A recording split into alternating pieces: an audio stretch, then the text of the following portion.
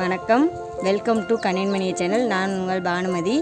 5 நாளும் 5 விதமான இட்லி உங்களுக்கு செஞ்சு காமிக்கிறோன்னு நான் சொல்லியிருந்தேன். அந்த வகையில் இன்றைக்கி ஒரு புது விதமான இட்லி நம்ம செய்ய போகிறோம். இட்லி சட்டி தண்ணி வச்சு இட்லியை வச்சுக்கிடுவோம்.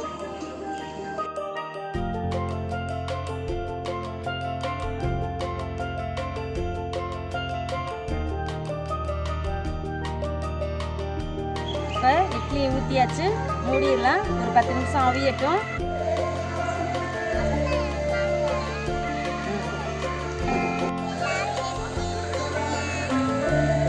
இட்லி வெந்துருச்சான்னு பார்ப்போம். நல்லா வெந்திருக்கு. இப்போ இட்லியை நம்ம எடுத்துடலாம்.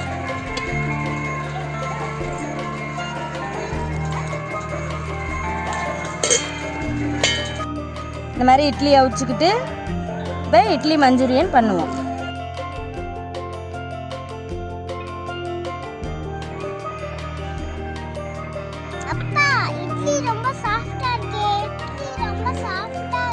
நல்லா இருக்கா இட்லி?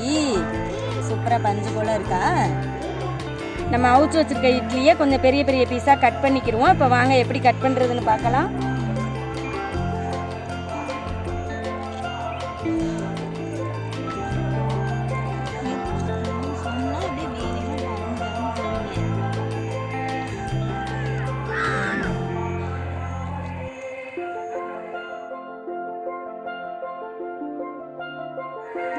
பாருங்க, இந்த மாதிரி கொஞ்சம் பெரிய பீஸாக கட் பண்ணியிருக்கேன். இப்போ எல்லா இட்லியும் கட் பண்ணியாச்சு. இதை நம்ம கொஞ்சம் எண்ணெயில் போட்டு ரோஸ்டட் பண்ணி எடுத்துக்கிடுவோம்.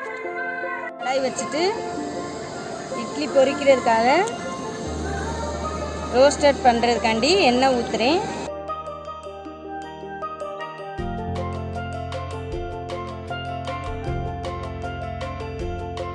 நம்ம எண்ணெய்க்குள்ள இந்த இட்லியை போடுவோம்.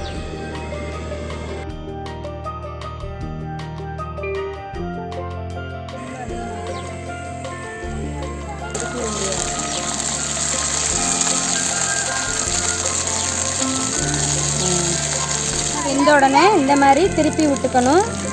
கொஞ்சம் நல்லா ஃப்ரை ஆகுற மாதிரி திருப்பி விட்டு ஃப்ரை பண்ணணும்.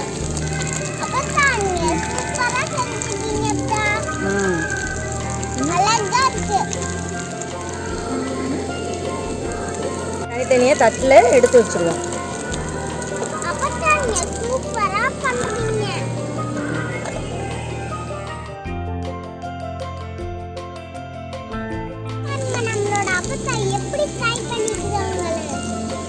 இப்போ நம்ம எல்லா இட்லியும் இந்த மாதிரி ரோஸ்டட் பண்ணியாச்சு.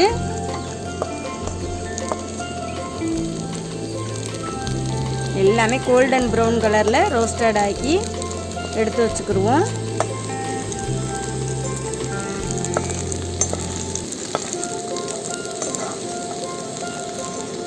நல்லா கொஞ்சம் பொறுமையாக இதை பொரிச்சு எடுக்கணும். அப்போ தான் நல்லா வரும் மஞ்சூரியன். இப்போ எல்லாத்தையுமே ஃபுல்லாக எடுத்துடலாம்.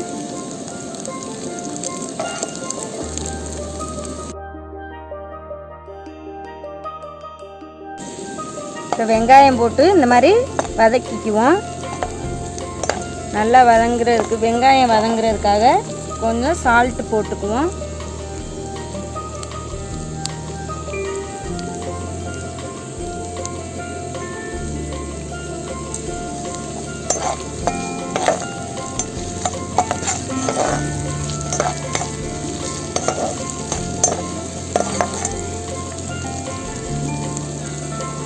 கேப்சிகம் சேர்ப்போம்.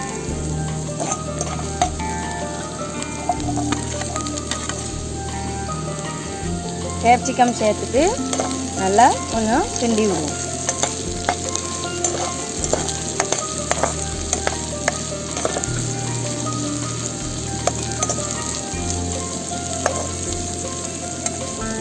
இதில் மிளகாப்பொடி, தனி மிளகாய் தூள் 1 ஸ்பூன் போட்டு,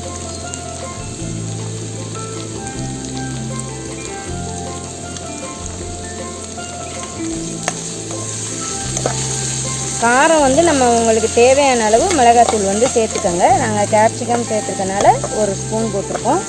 உங்களுக்கு தேவையான அளவு நீங்கள் காரம் சேர்த்துக்கணும்.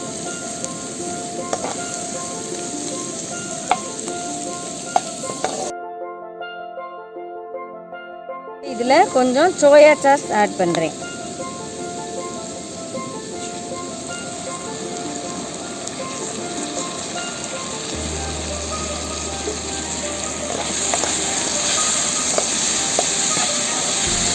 சோயா சாஸ் போட்டு கிண்டிட்டு கொஞ்சம் டொமேட்டோ சாஸ் சேர்க்குறேன்.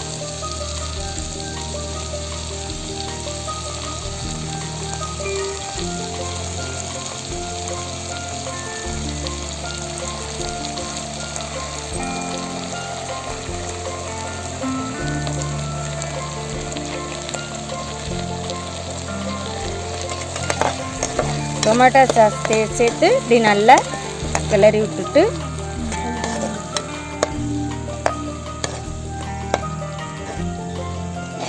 ரொம்ப சாஸ் ஊற்றி நம்ம வந்து அடுப்பு வந்து கொஞ்சம் லோ ஃப்ளேமில் தான் இருக்கணும். கொஞ்சம் கூட இருந்து ரொம்ப அது வந்து காரம் அடித்து அப்படியே ரொம்ப கருகுன மாதிரி வந்துடும்.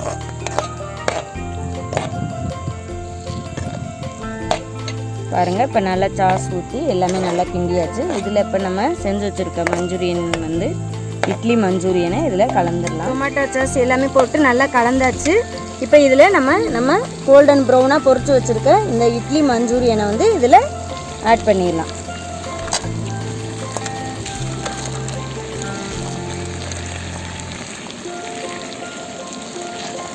இப்போ இதை நம்ம வந்து நல்லா அப்படி கிளறி விட்டுருக்கணும். நல்லா கிறிஸ்பியாக டேஸ்டியாக இருக்கும். இந்த மாதிரி செஞ்சு பிள்ளைங்களுக்கு நம்ம ஈவினிங் ஸ்நாக்ஸாக கூட செஞ்சு கொடுக்கலாம். பிள்ளைங்களும் விருப்பமாக சாப்பிடுவாங்க. நல்லா டேஸ்டியாகவும் இருக்கும். நம்ம சாஸ் எல்லாம் போட்டு பண்ணுறதுனால நல்லா குழந்தைங்க விரும்பி சாப்பிடுவாங்க. ஒரே இட்லியாக ஊட்டாமல் இந்த மாதிரி இட்லி மஞ்சூரியன் பண்ணி கொடுக்கலாம். பெரியவங்களுக்கும் இது ரொம்ப பிடிக்கும். ஒரு டிஃப்ரெண்ட்டான உணவாகவும் இருக்கும்.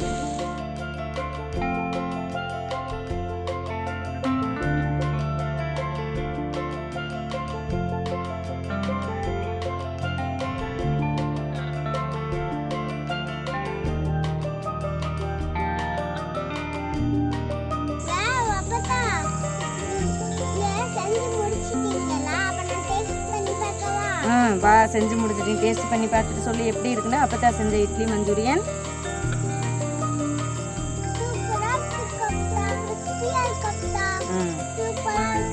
சரி, ரொம்ப நன்றி. நம்ம வந்து இப்போ இதை எடுத்துகிட்டு போயிட்டு நம்ம சாப்பிட்லாமா? எல்லோரும் சாப்பிட்லாம்.